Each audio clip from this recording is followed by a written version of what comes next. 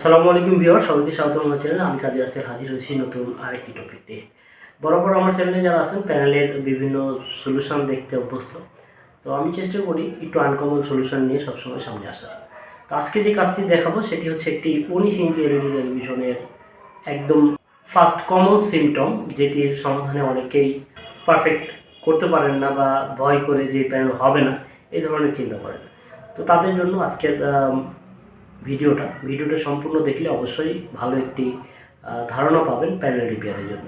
তো কথা নয়, চলুন দেখে নিই একটি 19 ইঞ্চি প্যানেলের ব্লাইন্ড সমস্যা, বার সমস্যা বা ব্লু স্ক্রিন হয়ে আছে, কোনো ধরনের কোনো গ্রাফিক্স নাই, এই ধরনের সমস্যার সমাধান।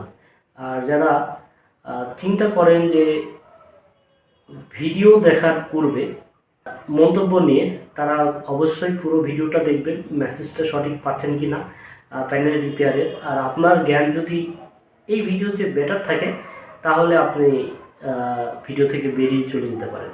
তো যারা এলইডি এলসিডি রিপেয়ারটাকে একটু পজিশনে করতে চান, যারা বিগিনার আছে, তারা অবশ্যই পুরো ভিডিওটা দেখে কাজগুলো ফলো করে নিজেও ওইভাবে করার চেষ্টা করবেন। তো চলুন দেখে নিই আজকের কাজটি। তো ফ্রেন্ড, আমরা একদম ব্লু স্ক্রিন দেখতে পাচ্ছি, কিন্তু কোনো ধরনের কোনো বাটনে কাজ করার পরে কোনো ছবি নাই। জাস্ট ফার্স্ট সিমটমটি আরেকবার দেখে নেব। আমরা আবারও স্ক্রিনটি অফ করে অন করব। ফার্স্ট সিমটম হচ্ছে এই ধরনের, আর এই সমস্যার কারণ সমাধান দুটোই দেখব। আর এইটা এই ধরনের সমস্যা কিন্তু এটা খুবই কমন, এবং এইটা সমাধানের ক্ষেত্রে অবশ্যই টিকনের ভোল্টেজ সম্পর্কে প্রাথমিক আইডিয়া থাকতে হবে। তো আমরা দেখে নেব এর যে ভোল্টেজ কি অবস্থায় আছে। ফার্স্ট এটিকে খুলে নিয়েছি,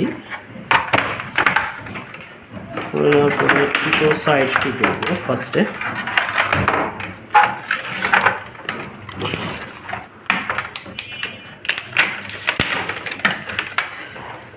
ফার্স্টে ভোল্টেজ মেজারমেন্ট করতে হবে।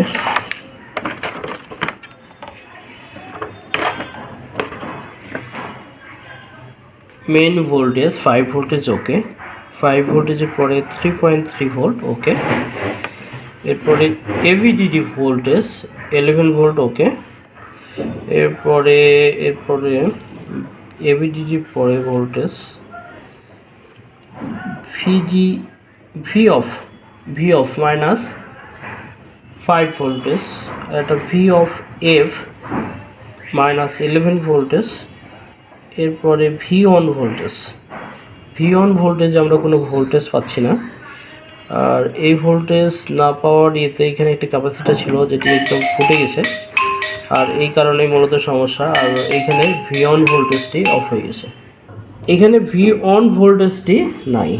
তো ভি অন ভোল্টেজ যেভাবে সাধারণত তৈরি হয় আমরা ক্লাসে পরিপূর্ণভাবে করে, এভিডিডি ভোল্টেজটি ইনপুট হবে এবং ডিসি টু ডিসিএসি থেকে কিছু সুইচিং আসার পরে এভিডিডি ভোল্টেজটাকে বুস্ট আপ করে ভিজিএইচ বা ভি অন ভোল্টেজটা হয়।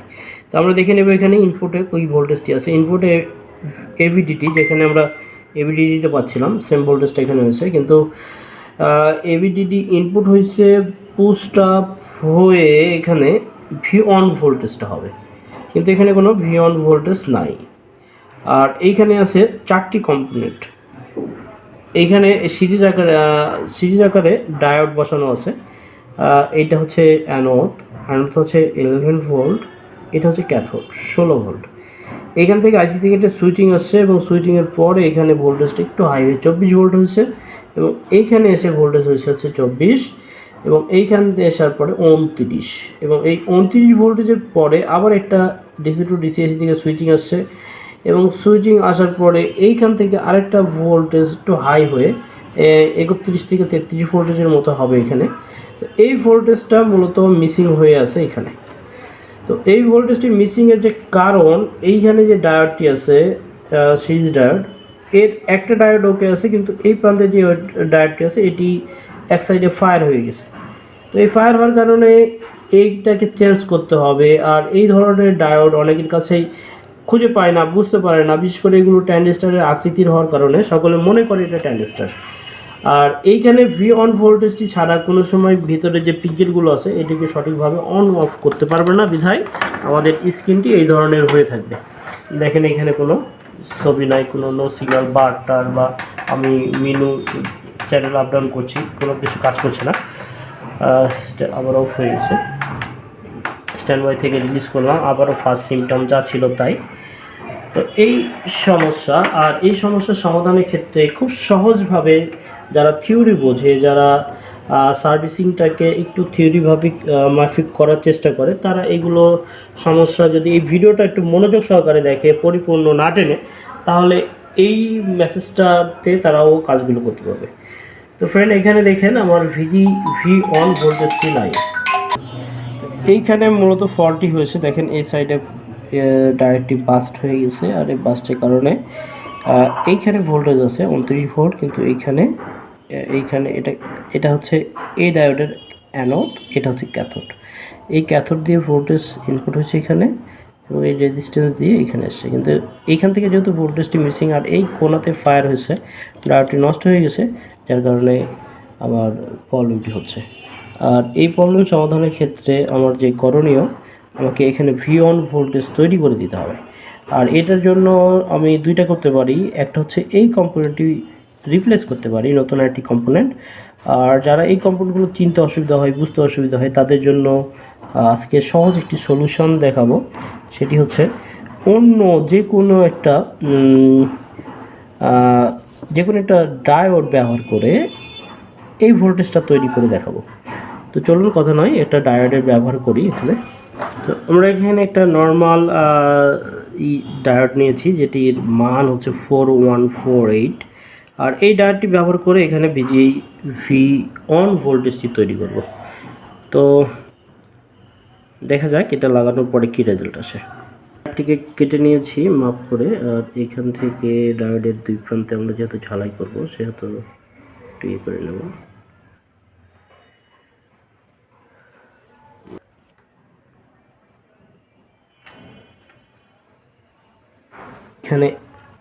এইখানে লাগানোর ক্ষেত্রে একটু বুঝে নিতে হবে, যারা থিওরি বোঝেন তারা তো খুব সহজে বুঝতে পারবেন, যারা একদম নতুন, ডায়োডের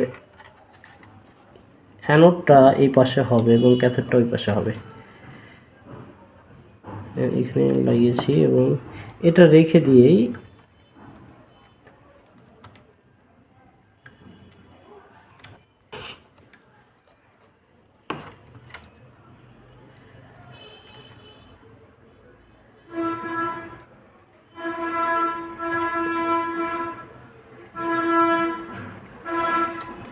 এখানে একটা ডায়োড ব্যবহার করছি, এবং এরপরে আমরা লাইন দিয়ে দেখব যে এখানে পরিপূর্ণ ভোল্টেজ, যেটা ভি অন ভোল্টেজ তৈরি হওয়ার কথা, সেটা হচ্ছে কিনা।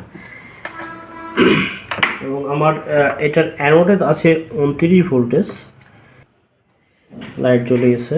অ্যানোডে 26 ভোল্টেজ, এবং এই প্রান্তে এখানে আমরা পাচ্ছি 32 ভোল্টেজ। এই যে ভোল্টেজ বুস্ট আপ হয়েছে, এবং এইখানে ভি অন ভোল্টেজটি রেডি হয়ে গেছে। আর এই রেডি হওয়ার পরে আমরা আমাদের স্ক্রিনটি দেখব যে সামনের স্ক্রিনটি কী অবস্থা। এবং সামনের স্ক্রিন একদম পারফেক্ট। এটা মূলত কফ থেকে সমস্যা, কফ বার্নিংয়ের পরে এই দাগগুলো চলে যাবে, এবং আমার স্ক্রিন এখন পারফেক্ট একদম। এখন আমরা আবারও ফার্স্ট টাইমে যে স্ক্রিন অন করার পরে যে ধরনের সিম্বল ছিল, দেখেন স্যামসাংয়ের লোগো চলে এসছে, মেনু, এবং আমরা যদি কেবল কানেকশন করি তাহলে সব কিছুই ঠিক পাবো। তো ফ্রেন্ড, এই ছিল আজকের একটি আপনাদের জন্য ইনফরমেশনমূলক ভিডিও। আর এই ভিডিওটা যারা পরিপূর্ণ দেখছেন তারা অবশ্যই লাভবান হইতে পারবেন, এবং এই ধরনের সমস্যার সমাধানগুলো খুব সহজেই করতে পারবেন।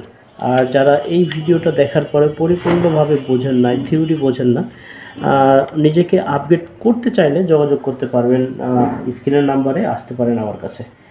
আর যারা ভিডিওটি দেখেই পরিপূর্ণ বুঝে কাজগুলো করতে পারেন, তাদের জন্য ওয়েলকাম। দেখতে থাকুন আমার চ্যানেলের ভিডিওগুলো, আশা করি আরও আপডেট কাজ নিয়ে আপনাদের উপহার দেওয়ার জন্য চেষ্টা করব। আর যারা মনে করছেন কাজ শেখা প্রয়োজন, শেখা লাগবে, সিআরটি কাজ করি, এলইডি কাজ করতে পারছি না, পাশের জন পারছে, আমি পারছি না, যোগাযোগ করতে পারেন স্ক্রিনের নাম্বারে। তো দেখা হবে আবারও নেক্সট কোনো ভিডিওতে নতুন কোনো আপডেট সলিউশন নিয়ে।